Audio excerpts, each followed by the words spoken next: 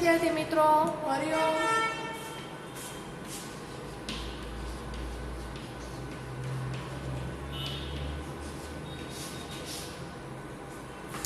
આપણે છેલ્લો પાઠ બરોબર પ્રથમ સત્રનો છેલ્લો પાઠ પહોંચી ગયા છીએ ભરત મિલાપ। તો તમે બધાએ રામાયણ જોઈ છે? આ લોકડાઉન થયું હતું તો એમાં રામાયણ ને મહાભારત ને બધું મૂક્યું હતું ટીવી ઉપર। તો રામાયણમાં કોણ કોણ હોય છે? તો રામ, લક્ષ્મણ, ચારેય ભાઈઓ હોય છે, ભરત શત્રુઘ્ન ચારેય ભાઈઓ અને ચારેયની પત્ની। એમાં રામ અને સીતા એ ભગવાન છે ને। તો એમાં આજે ભરત અને રામનો મિલાપ કેવો થાય છે એ આપણે જોવાનું છે કે ભરતને રામ ભગવાન વિશે શું છે એ કહાની આમાં આપી છે। કેટલું ભાઈ વચ્ચે પ્રેમ છે, અત્યારે જોવા મળે છે એવો પ્રેમ ના હોય। એક ભાઈને આમ હોય તો બીજો ભાઈ એની કાપતો હોય એવું હોય છે અત્યારે, હોય ને। તો હવે આપણે એમાં જોઈશું। તો પાઠનું નામ છે ભરત મિલાપ, એટલે કે ભરતનો મળવાનો પ્રસંગ, બરોબર। माता पिता की आज्ञा का पालन करने हेतु राम वन में गए। હવે આ કોની આજ્ઞા હતી? કૈકેયીએ બે વચન માંગ્યા હતા દશરથ રાજા પાસે। એમાં કૈકેયી ભરત કોનો દીકરો હતો? કૈકેયીનો, બરોબર। તો એ કૈકેયીને દીકરો ભરત હતો તો એને રામ મોટા હતા એટલે રાજગાદી કોને મળે? રામને જ મળે ને। તો રાજગાદી એને નથી આપી, ભરતને આપી હતી। એટલા માટે એને દશરથ રાજાને બે વચન માંગ્યા કે હું જે બે વચન માંગું એ તમારે મને આપવા પડશે। એટલે જે વચન માંગ્યા તો એ દશરથ રાજાએ ના ન પાડી શક્યા, એટલે એને કૈકેયીએ રામને 14 વર્ષનો વનવાસ આપ્યો। તો એ વનવાસ એટલે કે માતા પિતાની આજ્ઞા કા પાલન કરને હેતુ રામ વન में गए, એટલે માતા પિતાની આજ્ઞાનું પાલન કરવું પડે। તમે અત્યારે કરો છો? નથી કરતા? કરો? નહીં કરતા હોય, ઘણાય નહીં કરતા હોય। મમ્મી પપ્પા કહે એમ કરવું જરૂરી છે। મમ્મી પપ્પાની પરિસ્થિતિ જે કાંઈ ઘરમાં આપણે ચાલતું હોય એ જોઈને આપણે રહેવું એ બરોબર છે। તમને ઘણી વાર કહેતા હશે વાંચવા બેસ, લખવા બેસ, તમે બેસો છો? ભગવાન હોવા છતાંય રામે શું કર્યું હતું? માતા પિતાની આજ્ઞાનું પાલન કર્યું હતું। उनके साथ सीता भी गई थी। भरत को इस बात का पता चलने पर वे अयोध्या के सिंहासन पर नहीं बैठे। પછી આ વાત ભરતને ખબર પડી કે આવી રીતે આવું થયું છે, એટલે ભરતે ના પાડી કે હું એ ગાદી ઉપર બેસવાનો હક રામનો જ છે, મારો નહીં, કારણ કે એ મારા મોટા ભાઈ છે।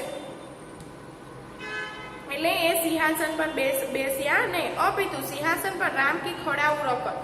ખડાવું એટલે જે પહેલાના જમાનામાં પગમાં પહેરવાના ખડાવું હતા, એ ખડાવુંમાં કાંઈ હતું જ નહીં। આપણે અત્યારે નવીન બૂટ ને ચંપલ ને જોવા મળે છે, એ ખડાવું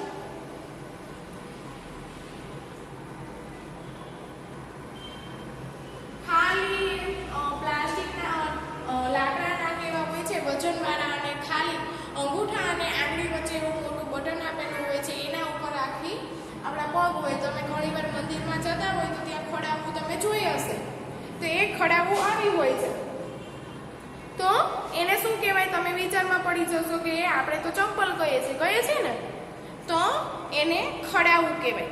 તો સિંહાસન પર રામ કી ખડાવું રખડ ઉन्होंने सेवक की भांति राजकाज किया।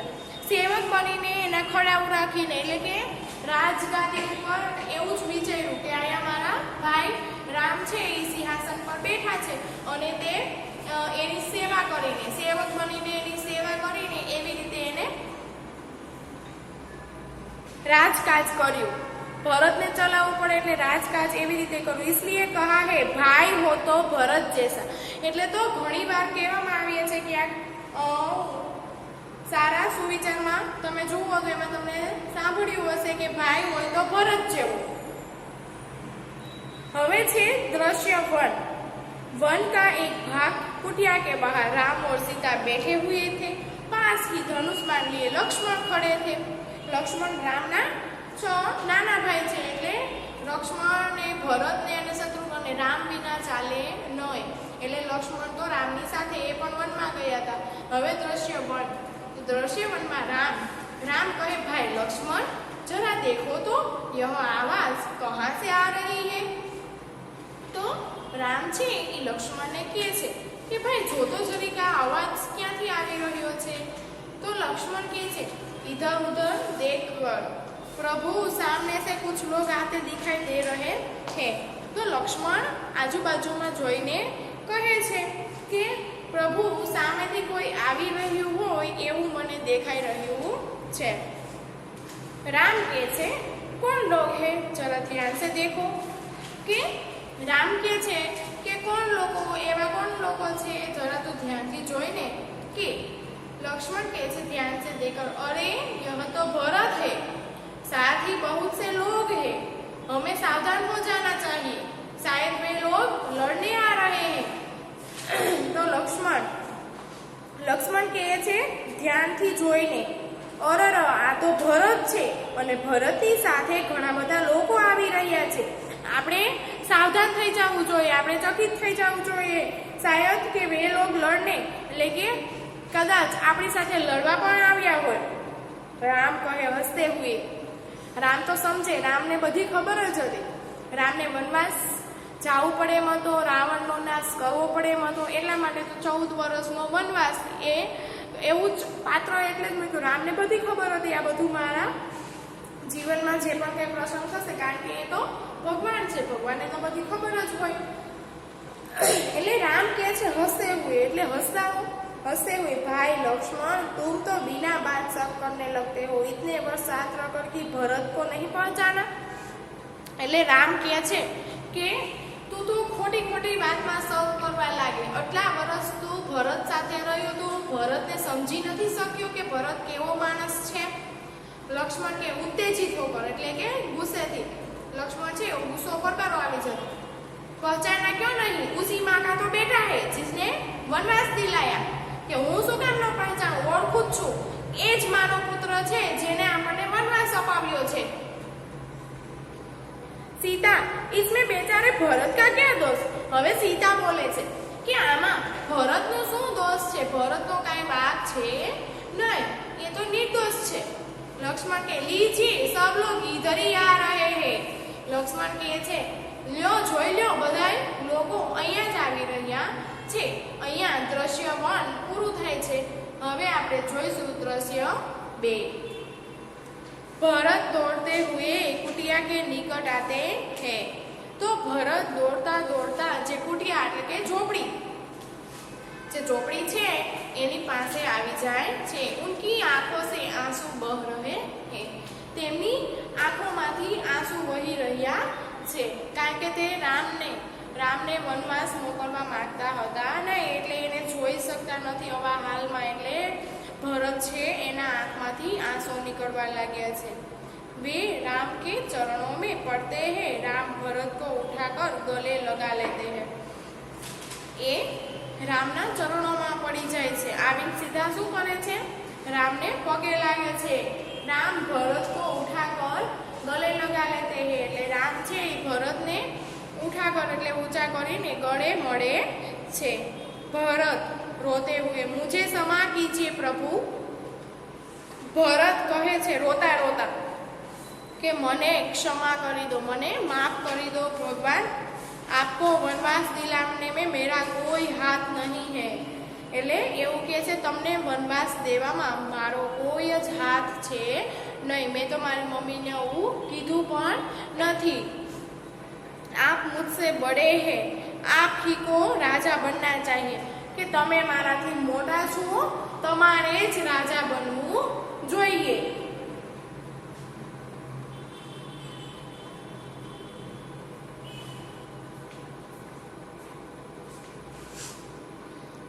मैं आपको लेने आया हूँ, आप सब अयोध्या चलिए. હું તમને બધાને લેવા આવ્યો છું, તમે બધા જ લોકો અયોધ્યા પાછા આવો.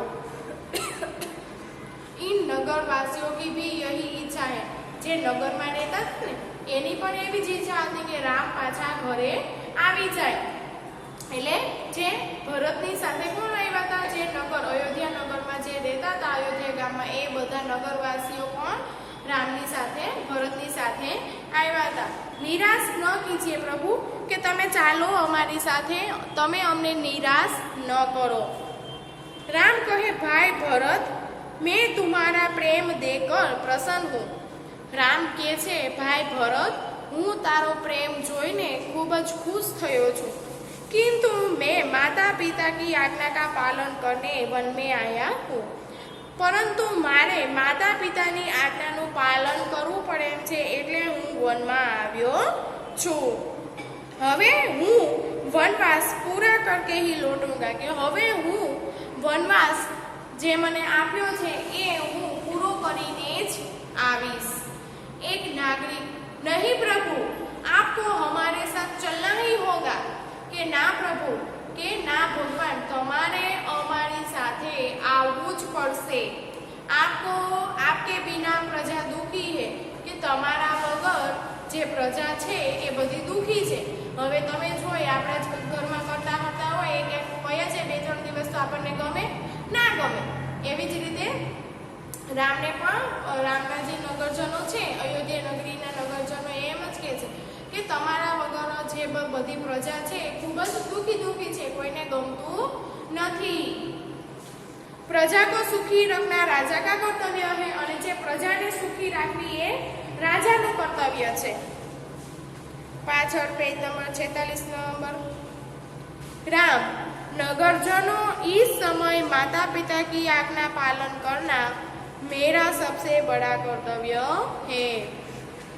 तो राम કહે છે કે નગરવાસીઓ આ સમયે મારે મારા માતા પિતાની આજ્ઞાનું પાલન કરવું એ મારા માટે ખૂબ જ મોટું કર્તવ્ય છે। ભરત मेरा भाई है, जब तक मैं वनवास पूरा करके न लौटूं तब तक भाई भरत आप सबके सुख दुख का ध्यान रखेगा। કે ભરત મારો ભાઈ છે, જ્યાં સુધી હું વનવાસ પૂરો ના કરું ત્યાં સુધી જે ભરત છે એ રાજગાદી સંભાળશે અને તમારા સુખ દુઃખનું ધ્યાન રાખશે અને આપ ઉन्हें ही રાજા માને, તમે લોકો એને જ રાજા માનો, આ મારો આદેશ છે। એટલે કે રામ એવું કહે છે કે જ્યાં સુધી હું વનવાસ પૂરો ન કરી લઉં ત્યાં સુધી ભરતને રાજગાદી સંભાળવાની છે। ભરત જ તમારું ધ્યાન રાખશે અને ભરત જ રાજગાદી સંભાળશે અને તમારા સુખ દુઃખનું ધ્યાન ભરત જ રાખશે। ભરત કુછ સોચ કર, અચ્છા પ્રભુ જૈસી આપકી આજ્ઞા। ભરત હવે વિચારીને કહે છે કે રામ છે એ માતા પિતાની આજ્ઞાના પાલન કર્યા વગર આવશે તો નહીં જ, એટલે હવે મારે જ એની આજ્ઞાનું પાલન કરવું પડશે। એટલે વિચારીને કહે છે કે હા વાંધો નહીં, અચ્છા પ્રભુ જૈસી આપકી આજ્ઞા, કે હા વાંધો નહીં પ્રભુ કે જેવી તમારી ઈચ્છા। मेरी एक विनंती है उसे स्वीकार करे, पर मेरी एक विनंती એટલે કે મારી પણ એક વિનંતી છે, તમે એને સ્વીકાર કરો। તો રામ કહે છે બોલો ક્યાં ચાહતે હો। રામ કહે છે કે બોલ તારે શું જોઈએ છે। તો ભરત કહે છે मुझे आप अपने पाँव की खड़ाऊ दे दे, કે ભરત કહે છે કે તમારે તમારા પગ મને તમારા પગની જે ખડાવું છે એ મને આપી દો। જોઈ લો ખડાવું ચિત્રમાં તમને બતાવે છે એવી જ મેં અહીંયા દોરી છે ખડાવું, બરાબર। એ ખડાવું મુझे आप अपने पाँव की खड़ाऊ दे दे, એટલે કે તમે જે પગમાં જે ખડાવું પહેરી છે એ તમે મને આપી દો, બરાબર। લકડી કી બની પાદુકા, ખડાઉને શું કહેવાય? લકડી કી બની પાદુકા, એટલે પગમાં પહેરવાની પાદુકા કહેવાય એને, બરોબર। એ શેની બને? લાકડાની બને। પહેલાના જમાનામાં લાકડાની વજનવાળી ખૂબ જ હોય છે। આ વજન એટલો હોય છે કે ઉપડે નહીં। આપણા ચપ્પલ તો અત્યારે સંપૂર્ણ હોય છે, પણ પહેલાના જમાનામાં લાકડાની ખડાઓ પહેરતા હતા। રામ કહે છે ખડાવું, ખડાવું કા ક્યાં કરોગે? રામ કહે છે ખડાવું ને તું શું કરીશ? भरत के उन्हें सिंहासन पर रखकर आपके लौटने तक सेवक की तरह राजकाज करूंगा। ભરત કહે છે કે એને હું સંભાળીને રાખીશ, સિંહાસન સિંહાસન ઉપર રાખી અને જ્યાં સુધી તમે નહીં આવો ત્યાં સુધી હું સેવકની જેમ રાજકાજ કરીશ। भरत का प्रेम देखकर राम सीता और लक्ष्मण गदगद हो जाते हैं। भरत नो प्रेम જોઈને રામ સીતા અને લક્ષ્મણ ગદગદ થઈ જાય છે। એટલે ગદગદ એટલે કે પુલકિત આનંદિત હો જાય છે। ગદગદ હોના એટલે કે આનંદિત હોના। એ બે ભરતનો પ્રેમ જોઈને રામ સીતા અને લક્ષ્મણ ખૂબ જ ખુશ થઈ જાય છે। रामचंद्र आगे बढ़कर भरत को गले लगाते हैं। रामचंद्र भरत ने मळीने गले लगाड़े छे, गले भेटे छे। खड़ाऊ लेकर भरत तथा नगरजन राम और भरत की जय बोलते हुए विदा होते हैं। खड़ाऊ लईने राम भरत छे अने भरत अने नगरवासीओ बधा त्यांथी जता रहे छे अने रामनी जय जयकार बोलीने ત્યાંથી જતા રહે છે। આ છે રામાયણ। રામાયણનું એક પાત્ર છે દ્રશ્ય 1 અને દ્રશ્ય 2। હજી તો ઘણું બધું છે। હજી તો જો હરણ પણ દેખાય છે, પછી હરણની પાછળ સીતા જાય છે અને રાવણ ત્યાંથી સીતાને હરણ કરી જાય છે। પછી ખૂબ મોટું યુદ્ધ ચાલે છે। પછી એને કોણ મળે છે? રામના ભક્ત કોણ છે? હનુમાનજી। એ હનુમાનજી મળે છે। રામાયણ ખૂબ મજા આવે જોવાની। તો તમારે સરસ મજાનો પાઠ મૂક્યો છે ભગવાનને લગતો 5મા ધોરણમાં, રામાયણને લગતો, ભગવાનને લગતો। તો આમાંથી તમારે શીખવું જોઈએ કે ભરત કેટલા કર્તવ્યશાળી અને બુદ્ધિમાન છોકરા, બુદ્ધિમાન કહેવાય ને કે માતા પિતાની આજ્ઞાનું પાલન કરવા તે પોતે વનમાં જતા રહે છે। જતા રહે ને, તમને અમને કીધું હોય તો વનમાં જવાનું, જાઓ તમે તો માતા પિતાને મોકલી દો। તો ભગવાને જો એટલું કષ્ટ ભોગવતા હોય, ભગવાને જો એટલું દુઃખ સહન કરતા હોય તો આપણે તો કાંઈ ના કહેવાય, આપણે તો સામાન્ય માણસ કહેવાય। તો સામાન્ય માણસ કહેવાય તો આપણે તો ભગવાનનો આભાર માનવો જોઈએ કે આપણે બધા કરતાં સારું કહેવાય। જો ભગવાને ખુદ એટલું દુઃખ વેઠતા હોય, વેઠતા છે ને, તમે રામાયણને એવું જોતા હશો, ભગવાનની કોઈ સિરિયલ, તો ભગવાન માથે પણ દુઃખ તો પડે જ છે, દુઃખનો સામનો કરવાનો હોય છે। હવે છે આના શબ્દાર્થ, બરોબર? તો તમે શબ્દાર્થ પાઠ્યપુસ્તકમાં છે 47 નંબર ઉપર પેજ નંબર ઉપર કાઢજો।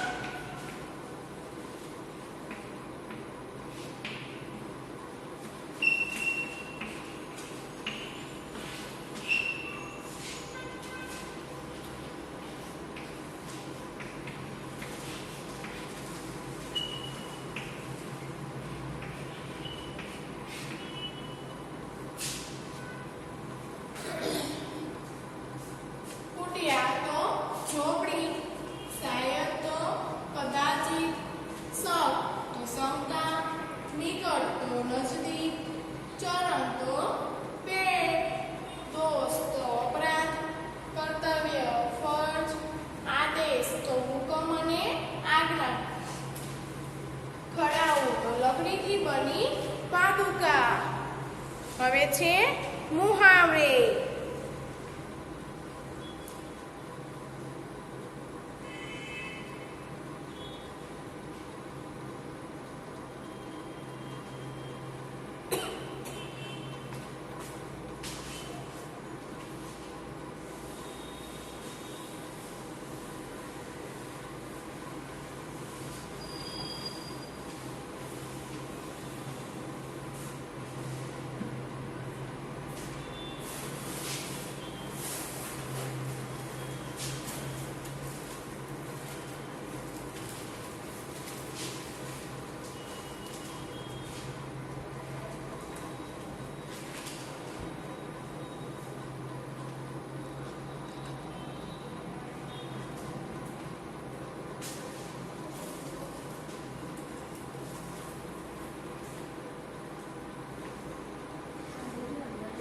મુહાવરે.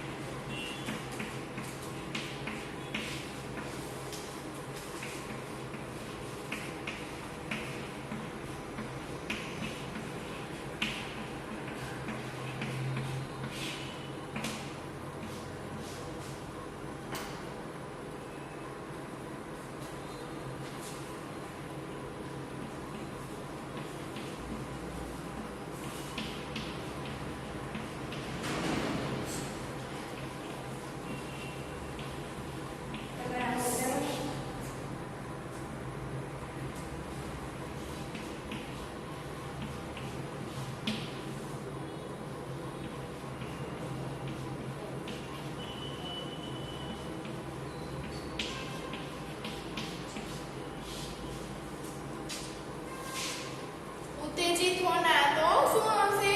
गुस्सा होना. गले लगाना तो प्यार से मिलना.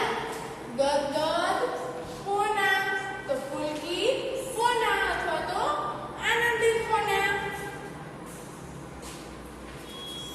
આ છે મુહાવરે. બરોબર. હવે આપણે અભ્યાસ અને સ્વાધ્યાય. બરોબર. અભ્યાસ અને સ્વાધ્યાય આપણે આગળના તાસમાં જોઈશું વિદ્યાર્થી મિત્રો.